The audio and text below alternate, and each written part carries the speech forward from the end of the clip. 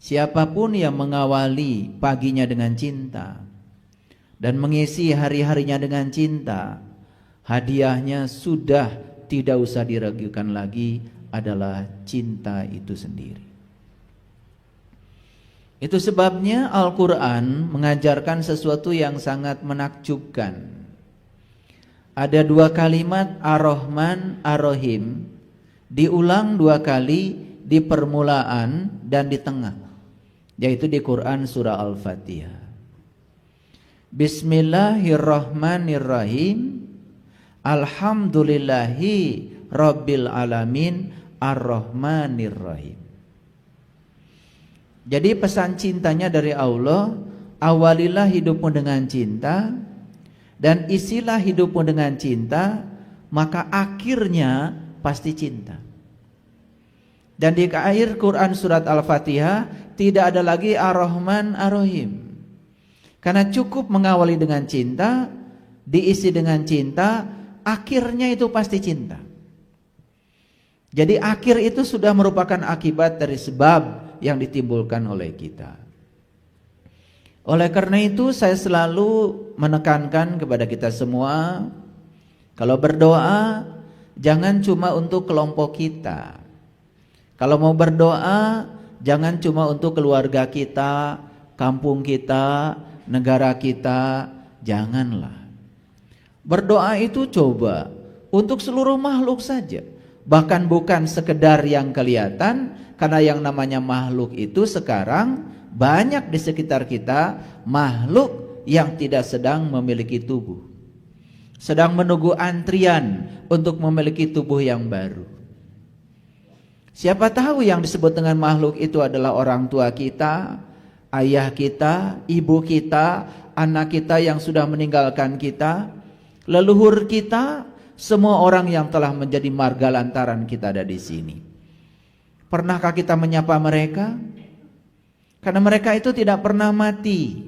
Tidak ada yang namanya kematian. Hanya berpisah saja ruhnya dengan raganya untuk sementara waktu. Yang namanya ruh, yang namanya jiwa, abadi, seabadi ilahi. Kalau kita semua sadar dengan itu, sebetulnya tidak ada ilusi keterpisahan. Orang yang disebut meninggal dunia karena meninggalkan kita, itu cuma raganya saja. Tetapi beliau itu masih ada di sekitar kita, bersama kita. Bukankah ruang kosong ini adalah ruang keabadian dan selamanya akan ada? Sedangkan benda-benda yang berwujud di ruang kosong ini hanya datang dan pergi. Kadang ada, kadang tidak ada. Tapi ruang kosong ini adalah ruang keabadian. Ini akan selamanya ada. Bukankah orang-orang yang meninggal itu menghembuskan napas terakhir? Kemana napas terakhir dihembuskan? Bukankah ke sini juga? Sedekat itu sebetulnya kalau kita sadar. Oleh karena itu, selamat datang di ruang kesadaran.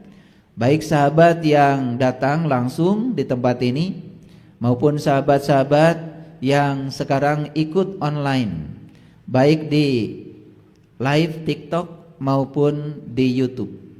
Karena sekarang yang sedang mendengarkan kajian ini ada ribuan orang di luar sana.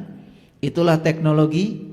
Karena kalau semua datang ke sini tidak akan cukup untuk menampungnya. Yang datang di sini itu bagus, yang tidak datang di sini juga bagus. Semuanya adalah baik-baik saja. Tidak ada baik dan buruk. Karena baik dan buruk hanya penilaian pikiran kita sendiri. Oleh karena itu, mari kita bersyukur hari ini kita masih diberikan pinjaman kehidupan. Dan semoga pinjaman kehidupan ini menyadarkan kita bahwa di balik pinjaman kehidupan sesungguhnya Sang pemilik kehidupan masih akan menggunakan kita untuk menjadi kepanjangan tangannya, menyampaikan cinta kasihnya kepada semua makhluk. Mari kita bertekad mulai saat ini tidak boleh ada orang yang berkurang kebahagiaannya bertemu dengan kita. Tidak boleh ada orang yang berkurang ketika mendengarkan kata-kata kita. Tidak boleh ada orang yang terluka lagi hatinya ketika berjumpa dengan kita. Jadilah sumber cinta, sumber sukacita, sumber welas asih, sumber kedamaian, sumber ketentraman bagi semua makhluk. Percayalah sama saya, kalau kita sudah menjadi sumber cinta, jangankan manusia, tumbuh-tumbuhan bahkan seekor semut pun merasa aman dengan kehadiran kita. Oleh karena itu, mari kita sampaikan rasa hormat yang setinggi-tingginya kepada Dia sang pemilik semesta yang telah mengizinkan kita hidup saat ini dengan penuh kesadaran. Mari kita puji Dia bersama-sama membaca hamdalah. Alhamdulillahi Rabbil Alamin. Mari kita mohon ridho dan restunya. Semoga Allah meridhoi, memberkahi, dan terutama membukakan pintu kecerdasan kita, membukakan segala tirai yang menutupi pandangan kita dengan wajah sucinya. Dan oleh karena itu mari kita sapa asmanya dengan kelembutan dan cinta seraya membaca basmalah. Bismillahirrahmanirrahim. Kajian kita hari ini izinkan saya untuk menyampaikan pendahuluan melalui Quran surat Asy-Syu'ara, Quran surat yang ke-26. Kenapa saya mengajak kita semua untuk memahami ini?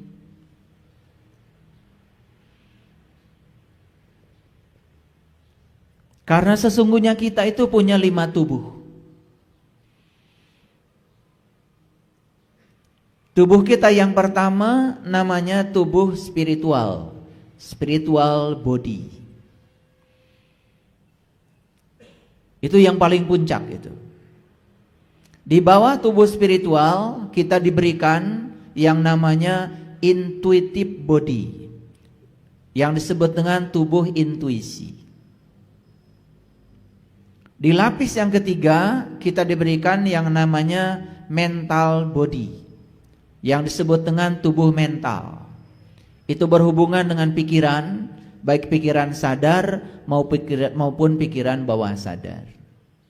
Di level yang keempat, lebih kasar lagi, kita oleh Allah diberikan yang namanya energy body, tubuh energi. Dan yang paling kasar, yang paling bawah, yang kelihatan wujudnya, itu yang disebut dengan physical body, yang disebut dengan tubuh fisik. Jadi urutan yang pertama adalah spiritual body, turun menjadi yang kedua adalah intuitive body, yang ketiga adalah mental body, yang keempat adalah energy body, dan yang terakhir yang paling kasar itu yang disebut dengan physical body, tubuh fisik. Kalau tubuh yang paling atas tadi spiritual body sehat, maka semua tubuh yang 4 bawahnya akan sehat. Yang berbeda, kalau tubuh fisiknya sehat, tidak ada pengaruh pada 4 tubuh yang di atasnya. Makanya orang-orang di seluruh dunia sekarang ya sedang gandrung dengan istilah kesehatan holistik. Holistik dari kata whole. Whole itu artinya seluruhnya. Jadi kesehatan holistik itu kalau kita ingin sehat tubuhnya, maka sehatkan yang pertama adalah tubuh spiritualnya, spiritual body.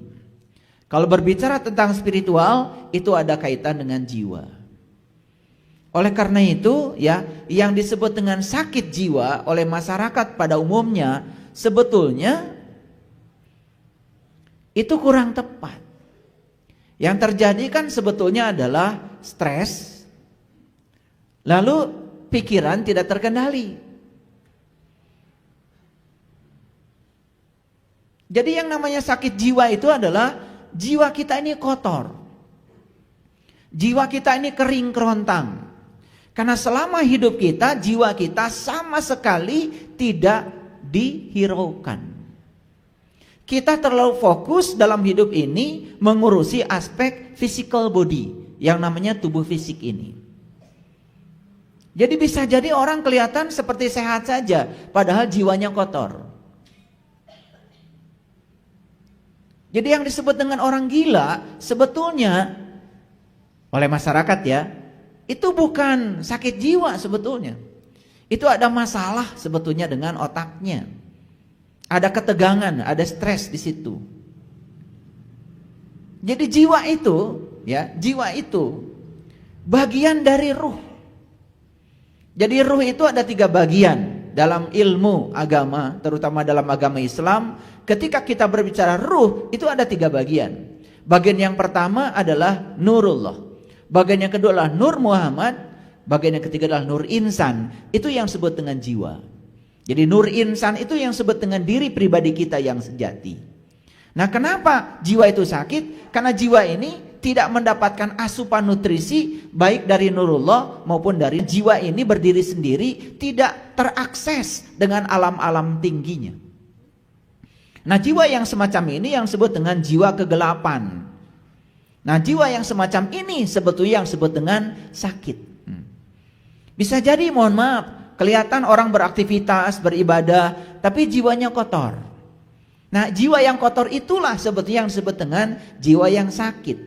Dan ternyata riset membuktikan orang yang tubuh spiritualnya tidak sehat, ternyata 4 tubuh yang di bawahnya, baik itu tubuh intuisi, tubuh mental, tubuh energi, dan tubuh fisiknya kelihatan tidak sehat. Nah, oleh karena itu, kalau kita berbicara orang sakit, jangan terfokus pada sakit fisik sebetulnya. Tubuh fisik yang sakit itu hanya akibat sebetulnya dari 4 tubuh di atasnya sakit. Oleh karena itu, ya, tubuh fisik ini ketika diobati biasanya, ya, dikasih obat hanya untuk menghilangkan rasa sakit sementara, dan besok lusa sakit lagi. Kenapa? Karena penyebab timbulnya sakit itu sama sekali tidak diurus. Jadi tubuh fisik ini sakit gara-gara 4 tubuh yang lainnya sakit. Jarang ya orang ketika tubuh fisiknya sakit kemudian dia menata jiwa. Oh, saya sadar bahwa tubuh fisik saya sakit akibat dari tubuh spiritual saya sakit, tubuh intuisi saya sakit, tubuh mental saya sakit, tubuh energi saya sakit. Maka yang diperbaiki adalah 4 tubuh itu. Jarang. Ketika sakit kepala pasti minum obat penghilang sakit kepala, betul nggak? Nggak pernah ya. Kemudian cari orang minta bantuan. Ini saya sakit kepala, kayaknya jiwa saya sakit deh. Jarang. Padahal itu benar. Ya, semua sakit yang ada di tubuh fisik ini hanya pesan cinta, dan pesan cintanya adalah tolong perbaiki tubuh Anda yang lain, karena tubuh fisik ini hanya menjadi akibat dari sakitnya tubuh-tubuh yang lain. Nah, banyak orang yang tidak sadar kalau dirinya sakit. Karena dia menganggap yang namanya sakit itu adalah sakit di tubuh fisik. Padahal 4 tubuhnya itu tidak sehat. Nah, itulah yang akan kita bahas saat ini. Nah, oleh karena itu saya akan memulai dari Quran surat Asy-Syu'ara ayat yang ke-77. Bisa dilihat di layar monitor. A'udzubillahi minasyaitonirrajim. Bismillahirrahmanirrahim. Fa innahum aduwwul li illa rabbal alamin. Karena sesungguhnya apa yang kamu sembah itu adalah musuhku kecuali Tuhan semesta alam. Jadi sepanjang kita belum bisa menyembah Tuhan semesta alam, karena kita tidak tahu Dia, tidak kenal Dia, maka dapat dipastikan selamanya kita akan menyembah yang selain itu. Bahkan orang ya ketika dia itu mungkin sembahyang, ketika ditanya siapa yang Anda sembah, pasti akan mengaku saya menyembah Allah. Untung aja Allah tuh gak pernah ribut, Allah tuh gak pernah comel. Coba kalau Allah punya mulut, langsung Allah bicara, enak aja kata Allah. Sepanjang kamu sembahyang, kamu tidak menyembah aku, karena yang kamu ingat bukan aku. Untung aja Allah nggak comel. Betul apa tidak? Makanya selingkuh kepada Allah yang disebut dengan syirik, itu sebutnya hanya akibat. Syirik itu akibat kita tidak tahu dan kenal kepada Dia. Maka siapapun yang tidak berusaha tahu dan kenal kepada dia, selamanya dia sesungguhnya menyembah musuhnya Allah. Dan itu menjadi sumber penyakit. Jiwa kita tidak mendapatkan asupan. Ketika jiwa tidak dapat asupan, tidak dapat nutrisi, maka jiwa pasti sakit. Sama seperti tubuh fisik kita. Kalau tubuh fisik kita tidak dapat air, tidak dapat makanan yang bergizi, makanan yang sembarangan, kan tubuh fisik pun sakit. Tubuh spiritual, tubuh intuisi, tubuh mental, tubuh energi, ketika mereka tidak mendapatkan nutrisi yang sesungguhnya, sakit juga. Cuman jarang orang merasakan sakit di dimensi itu. Itu aja. Dan setelah kajian ini, saya berharap kita semua bisa jujur pada diri sendiri. Oh, ternyata sakit saya bukan hanya di fisik saya, tetapi tubuh yang lain pada diri saya pun ternyata perlu saya perbaiki. Karena itu tidak disadari selama ini. Paham sampai sini? Oke, lanjut dulu. Pelan-pelan ya ngajinya. Alladzi khalaqani fahuwa yahdini. Yaitu Tuhan yang telah menciptakan aku, maka dialah yang menunjuki aku. Kemudian ayat yang ke-79, walladzi huwa yut'imuni wa yaskini. Dan Tuhanku yang Dia memberi makan dan minum kepadaku. Ayat yang ke-80, wa iza maridtu fahuwa yasfin. Dan apabila aku sakit, dialah yang menyembuhkan aku. Jadi ayat ini menyatakan bahwa sakit itu bukan takdir. Sakit itu bukan pemberian dari Allah. Apalagi sakit itu katanya warisan, genetik. Aduh, itu menghina leluhur kita. Kan ada orang yang kemudian, kenapa kamu sakit? Oh, ini sudah genetik, keturunan. Orang tua kita, boro-boro kita berterima kasih atas kelahiran kita. Bahkan orang tua kita dituduh sebagai sumber penyakit oleh kita. Bukankah kita sudah menghina leluhur kita sendiri? Dan seenaknya mengatakan sakit saya ini adalah genetik. Betul, saya yakin bahwa genetik itu ada. Dan ternyata genetika itu tidak permanen. Genetika itu tumbuh atau tidak tumbuh terserah pola kita. Mungkin saja semua kita ini mewarisi kanker, mungkin. Tapi kanker ini bisa tumbuh atau tidak tergantung diberi nutrisi atau tidak. Kan sebetulnya itu yang ngasih nutrisi bukan orang tua kita, kan diri kita sendiri. Sekarang belajar mengambil tanggung jawab. Kalau ada apa-apa jangan menyalahkan pihak lain. Sakit saja masih menyalahkan leluhur kita. Dia yang telah berjasa melahirkan kita, dia yang telah menjadi marga lantaran untuk kelahiran kita. Boro-boro mengembalikan cinta kasih kepada mereka. Bahkan sakit yang diderita oleh kita pun ditempuhkan sama leluhur kita. Luar biasa kita ini. Cuman tidak disadari. Cerita tentang begini, ini bukan cerita bohong. Karena setiap saya masuk di kelas holistik, ketika saya sedang ngasih terapi, sedang menjadi healer, saya sedang menterapi orang-orang yang sakit, dan saya wawancarai satu persatu. Ternyata banyak sekali yang menyangka satu, sakit itu takdir dari Allah. Seakan-akan Allah ngasih penyakit. Makanya kadang-kadang kita kalau berdoa juga seenaknya. Semoga Allah mencabut penyakit yang sedang saya derita. Kalau Allah yang mencabut seakan-akan kita sedang menuduh Allah yang menanam. Betul apa tidak? Sedangkan ayat ini mengatakan wa iza maridtu fahuwa yasfin. Dan apabila aku sakit, dialah yang menyembuhkan aku. Allah itu hanya membantu kita menyembuhkan. Dan ketika menyembuhkan, berarti Allah memproses sakit kita menjadi sembuh. Jadi sebetulnya Allah itu luar biasa. Oleh karena itu, ya, ketika kita sedang diproses, semua penyakit kita ikut prosesnya Allah. Contoh, sakit di jiwa kita diproses oleh Allah. Prosesnya seperti apa? Mohon maaf. Karena kita tidak sadar jiwa kita sakit, kita asik dengan urusan dunia. Untuk sementara waktu, semua yang dititipkan kepada kita diambil dulu oleh Allah. Lewat kebangkrutan, ditipu orang, usaha gagal, macam-macam judulnya. Tapi intinya itu adalah proses sebetulnya. Karena Allah ingin menyembuhkan jiwa kita yang sakit. Dan rata-rata orang baru sadar bahwa jiwanya sakit setelah kebangkrutan yang luar biasa, baru mengalami kebangkitan. Maka jadi kelas spiritual seperti ini hampir dapat dipastikan jarang orang yang sedang berada di puncak kejayaan duniawi. Nasib saya memang seperti itu. Jarang orang yang sedang di puncak duniawi datang ke tempat ini, jarang. 99% di kelas spiritual ada orang-orang yang sedang mengalami masalah keluarga, penyakit fisik, kebangkrutan ekonomi, dan macam-macam.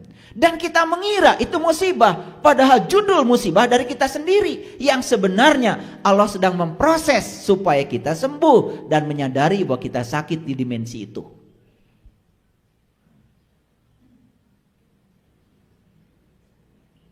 Saya ketemu orang-orang yang sakit di kelas camp holistik. Lalu pertanyaan saya begini, biasanya akhir-akhir sesi, seneng gak dapat pelajaran dari saya? Oh, seneng sekali. Kenapa seneng? Saya sekarang jadi sadar betapa selama ini hidup saya gak karu-karuan. Saya kurang bersyukur, bla bla bla, macam-macam. Oh, kalau begitu senang dong ketemu saya. Oh, senang sekali, saya bersyukur sekali bisa ketemu. Dan saya bisa sadar tentang kehidupan saya yang kurang tepat selama ini. Alhamdulillah. Coba ingat-ingat, yang mengantarkan kalian ketemu saya itu siapa?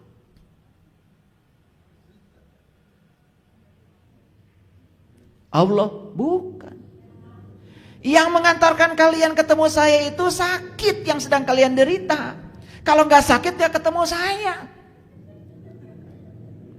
Sekarang coba bilang terima kasih sakit karena denganmu aku diantarkan pada orang-orang yang berkesadaran. Kalau aku nggak sakit, aku tidak akan ketemu dan belajar kesadaran.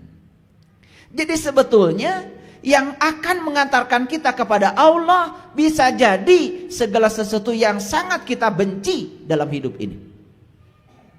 Yang akan mengantarkan kita kepada Allah bisa jadi sesuatu yang sangat kita tidak sukai dalam hidup ini. Kita baru bisa menerima yang tidak disukai itu setelah kita menyadari ternyata saya diantarkan pada kesadaran ini oleh sesuatu yang tidak saya sukai. Ada orang yang harus kehilangan 800 miliar loh baru ketemu saya. Dan setelah ketemu saya kemudian belajar kesadaran, memiliki perspektif kehidupan yang baru. Karena perspektif kehidupan, sudut pandang terhadap kehidupan, itu yang akan mengantarkan kita pada surga secara psikologis. Dan kita akan menemukan kedamaian ketika memiliki sudut pandang yang bagus terhadap kehidupan. Contoh, masa lalu itu tidak bisa diubah, tapi cara memandang masa lalu bisa kita ubah saat ini. Ketika kita bisa mengubah cara pandang kita pada masa lalu kita, saat itu kita menemukan kedamaian. Padahal masa lalunya tidak berubah, tapi cara pandang kita yang dirubah, ternyata kedamaian lahir dalam diri kita. Sudut pandang itu hanya bisa berubah ketika kita meningkat kesadarannya. Dan kita meningkat kesadarannya ketika kita bersentuhan dengan orang-orang yang berkesadaran. Dan kita baru bersentuhan dengan mereka yang berkesadaran setelah kita mengalami berbagai macam penderitaan, tekanan dan kebangkrutan. Bukankah itu yang kita benci yang telah mengantarkan kita pada kesadaran itu? Betul? Makanya saya sering mengatakan Allah selalu menunggu di tempat yang kita tidak suka. Dan semakin kita menolak yang kita tidak suka, maka kita semakin terjauh dari Allah. Padahal semua yang kita tidak suka bisa jadi adalah proses. Tetapi apa yang terjadi? Malah kita protes. Bukan menikmati proses, bukan menerima proses, malah kita protes. Nah, ketika kita banyak protes daripada menikmati proses, bersiap-siaplah, kita akan semakin tenggelam dalam penderitaan kita sendiri. Itulah kenapa judul kita hari ini adalah proses dan protes. Ini baru judulnya. Paham ya? Nah, bedanya tipis proses dengan protes itu. Ya, hanya beda S dengan T. Tetapi dalam pelaksanaannya membuat kita menderita sangat signifikan kalau kita salah memandang kedua istilah ini. Yuk kita masuk dulu sebentar. Saya buka dulu dengan sebuah pendahuluan. Orang sukses paham tentang proses. Orang gagal lebih banyak protes. Jadi kalau kita dalam hidup ini gak sukses-sukses, sebetulnya sederhana. Karena kita belum sepenuhnya menerima proses. Kita lebih banyak protes. Jadi saya kasih tahu ya, penyebab kita gagal dalam hidup ini banyak protes. Gagal dalam rumah tangga itu karena banyak protes. Karena tidak pernah sadar kalau berumah tangga itu kan ada rumah dan tangga. Rumah itu tempat berlangsungnya kehidupan, tangga itu untuk naik. Nah, kehidupan cuma dua, karena hidup itu dualitas. Kadang senang, kadang tidak senang. Kadang mendapatkan yang kita ingin, kadang mendapatkan yang tidak kita ingin. Pasti hidup akan selalu begitu. Itu namanya rumah. Jadi rumah itu seperti itu. Ya. Di ruang tamu ada kebahagiaan, di tempat tidur sudah ada kesedihan. Karena bahagia dan sedih itu ternyata serumah. Saimah. Dan kalau kita hanya bisa menerima kebahagiaan, tidak bisa menerima kesedihan, berarti kita membelah rumah kita jadi dua. Kita sudah melanggar hukum alam. Tetapi di rumah kita ada tangga. Tangga itu buat naik. Terserah kita mau naik atau mau turun. Itu urusan kita. Karena tangga fungsinya cuma dua. Kalau gak naik, ya turun. Ya Allah, kasihlah kepada saya pasangan yang sabar. Ya. Didengar tuh sama Allah. Itu input namanya. Begitu ada input, proses berjalan. Dan setelah proses, tujuannya adalah output, produk. Makanya istilah input, proses, dan output atau produk itu kan sudah menjadi istilah teknik. Begitu kita bilang, ya Allah, pasangkan aku, jadikanlah aku orang yang sabar. Langsung input itu diterima oleh Allah dan Allah proses. Maka kita akan dipasangkan dengan orang yang akan memproses supaya kita sabar. Siapa orang itu? Jelas orang yang tidak sabar.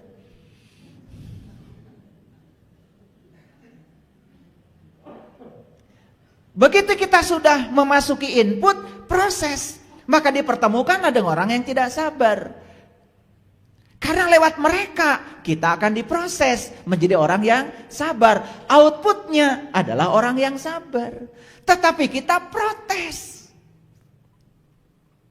Loh, kok pasangan hidup saya begini?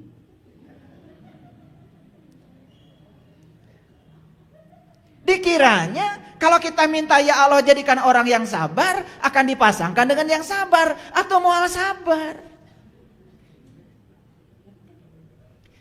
Ya Allah, jadikanlah aku orang yang selalu diam dan bisa mendengar lebih banyak. Maka pasti akan dipasangkan dengan orang yang cerewet. Proses berjalan.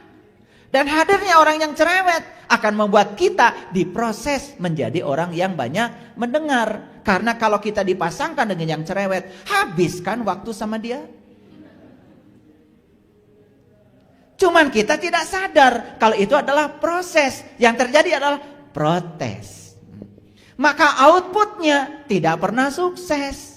Makanya dari hidup ke hidup ya gitu-gitu saja. Tidak tambah dewasa, tidak tambah bijak. Karena tidak mengerti mekanisme semesta bekerja. Itulah bodohnya kita selama ini. Ada orang datang sama saya. Dia itu satpam. bilang sama saya, ya, ayah bisa nggak didoakan? Didoakan apa? Saya ingin jadi orang kaya. Ya saya balik tanya, emang kamu siap jadi orang kaya? Ya saya tanya dulu, dikiranya jadi orang kaya itu gampang. Karena belum pernah kaya. Saya pernah bertanya orang yang sudah kaya, ternyata orang kaya itu banyak yang susah, apalagi gak kaya. Apa sih susahnya orang kaya? Orang biasa susahnya cuma kekurangan. Orang yang kaya susahnya lebih gawat, takut kehilangan kekayaannya. Kan tingkat stresnya lebih tinggi. Makanya orang stres jarang orang biasa, kebanyakan orang kaya. Ini menurut hasil riset saya ya, jadi saya pakai data. Paham ya? Nah, tadi kan minta apa? Ini satpam ini minta sama saya didoakan supaya jadi orang kaya. Makanya saya tanya, sudah siap memang jadi orang kaya? Karena belum pernah punya pengalaman jadi orang kaya, dikiranya jadi orang kaya itu enak. Padahal pasangka-sangka hidup itu. Ya itulah, kayak katak dengan semut, dialog. Kata-katak nih, kata semut, enak ya jadi katak. Kamu itu bebas, bisa loncat sana, loncat sini, sesuka kamu. Sedangkan saya bawa badan saja ini, ya bungkus ini sudah berat. Boro-boro bisa leluncatan juga maneh. Sedang dialog seperti itu, tiba-tiba burung elang datang. Dek! Diambil tuh katak, dibuat terbang. Baru tersadar tuh si siput itu.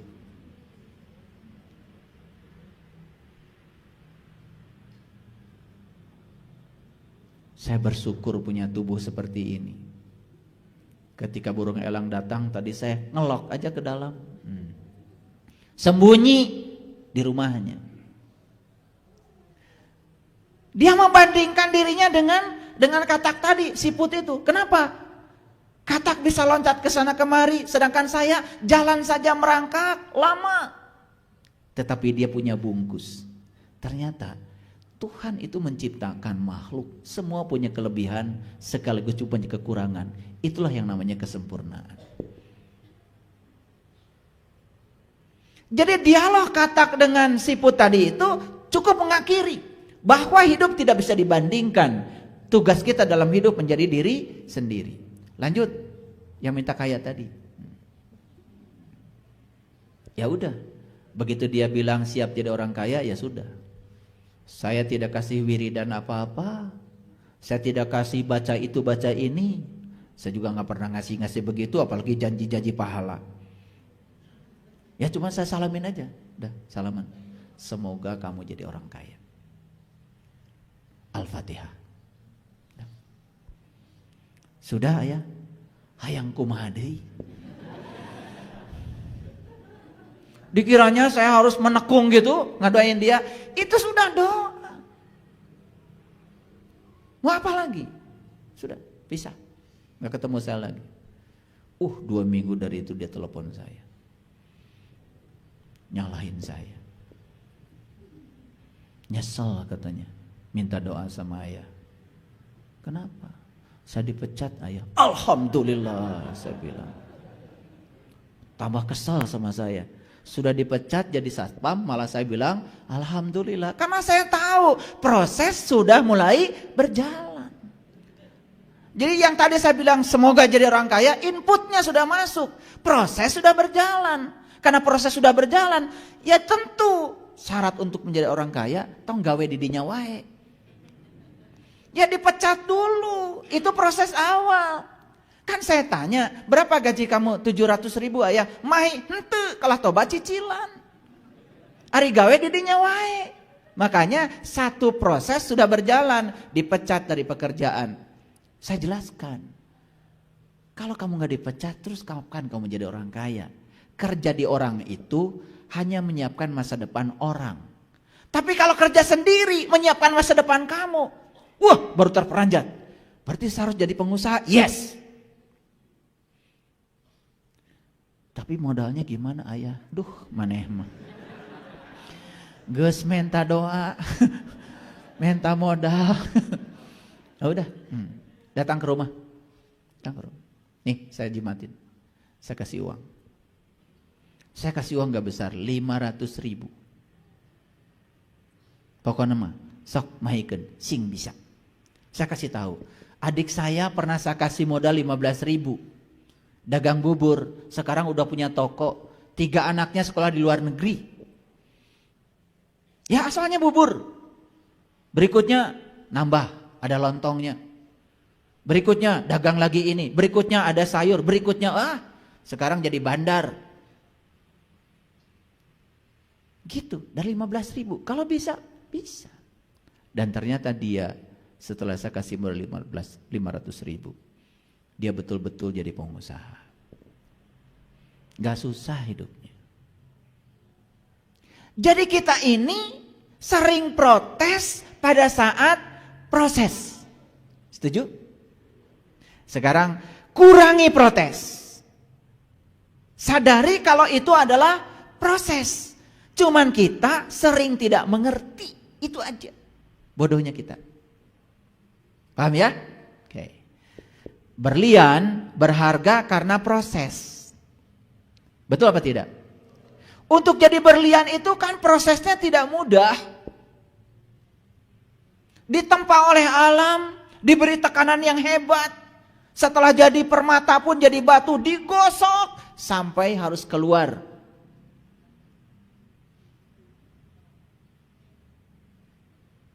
Cantiknya itu.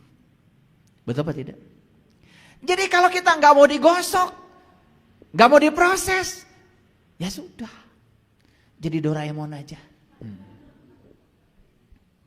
Alam ini tidak pernah menyalahi, karena alam ini bekerja dengan hukum.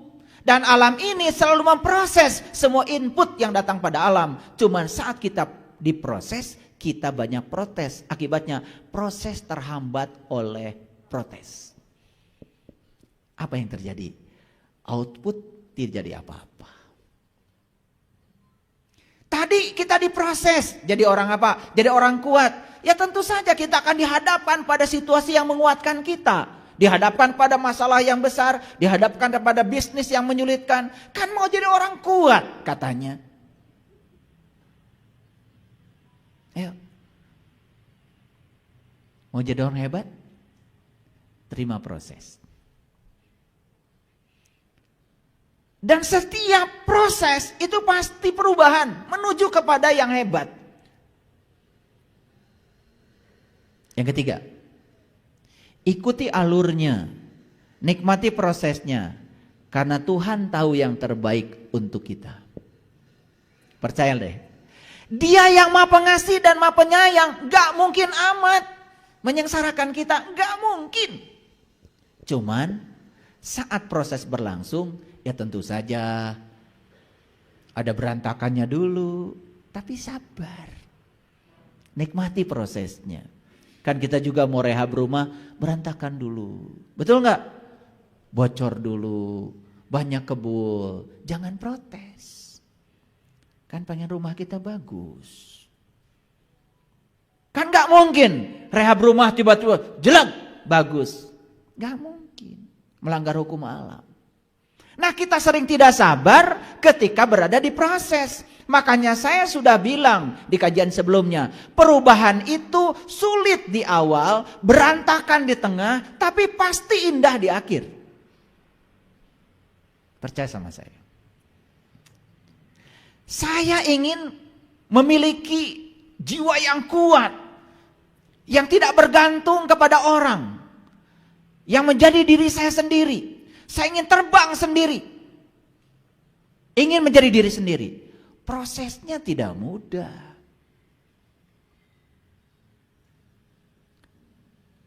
Burung, kalau satu terbang sendiri, pasti terbangnya enak. Sekarang burung 2, ikat sayapnya, cenah ngapung. Nggak bisa. Makanya kalau kita mau terbang, gunakan sayap kita. Jangan ingin barang-barang dengan sayap orang. Nggak usah bergantung pada siapapun. Terbang aja. Jadi diri sendiri. Kita sering ewuh pakewuh. Inginnya bersama aja. Padahal datang ke sini sendiri, nanti pulang juga sendiri. Ketika menjalani proses, nikmati sendiri.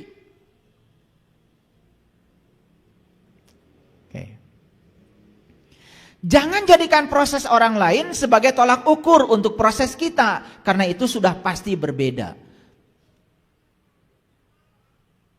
Henry Ford yang menciptakan mobil Ford Amerika, dia adalah orang pertama yang menikmati kesuksesan di bidang otomotif. Ford.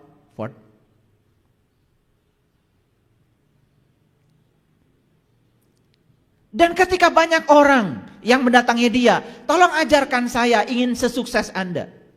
Apa yang dia katakan? Jangan melewati tanggaku untuk membuat aku sukses. Karena tanggamu dengan tanggaku berbeda. Lewati aja tanggamu sendiri.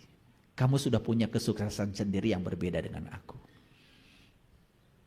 Nah, kita ini sering meniru-niru orang. Ingin menjadi orang, tidak mau menjadi diri kita sendiri. Sehingga kita tidak percaya diri dengan jalan kita. Kita lebih suka mengikuti jalan orang, memfotokopi perjalanan orang. Jangan terlalu banyak ikut seminar sukses. Bohong itu. Walaupun yang bicaranya sudah sukses, kita tidak bisa lewat jalan dia. Jalan dia untuk dia, jalan Anda untuk Anda. Dan setiap kita sudah dikasih jalan sendiri-sendiri oleh Allah untuk sukses. Ketika kita mengikuti jalan orang, kita akan tenggelam. Personal genius zone kita, bakat kita, keunggulan kita akan tenggelam dalam fotokopi orang. Jangan jadi fotokopi.